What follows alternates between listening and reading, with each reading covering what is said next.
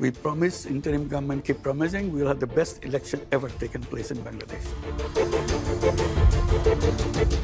প্রধান উপদেষ্টা ডক্টর মোহাম্মদ ইউনূস আল জাজিরার বৈশ্বিক নেতাদের সাক্ষাৎকারমূলক অনুষ্ঠান টক টু আল জাজিরা অনুষ্ঠানে দেশের জনগণের দৃষ্টিভঙ্গি তুলে ধরেছেন।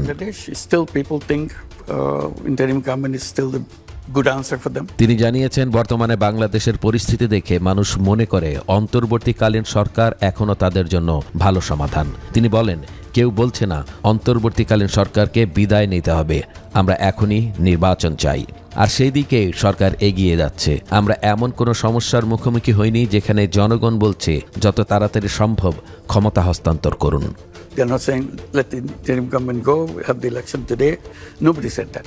রোহিঙ্গা সংকট নিয়ে কথা বলতে গিয়ে মোহাম্মদ ইউনূস জোর দিয়ে বলেন, বাংলাদেশ আন্তর্জাতিক সংস্থা ও জাতিসংঘের সাথে কাজ করছে। আমরা চাই রোহিঙ্গারা নিরাপদে তাদের ঘরে ফিরে যাক।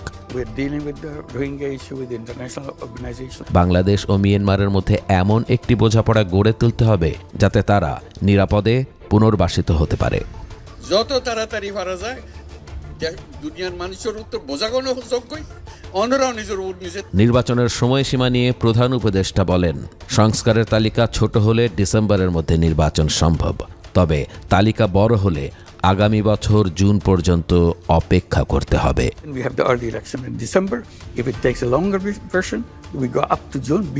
আওয়ামী লীগের নির্বাচনে অংশগ্রহণের প্রশ্নে জনাব ইউনূস বলেন, দলটি আগে নিজেই সিদ্ধান্ত নেবে তারা নির্বাচনে যোগ দেবে কিনা। তারা এখনো কোনো কিছু ঘোষণা করেনি। তাছাড়া নির্বাচনের সময় নির্বাচন কমিশন কি প্রতিক্রিয়া দেবে সেটা সহ এর সাথে অন্যান্য বিষয়ও জড়িত রয়েছে।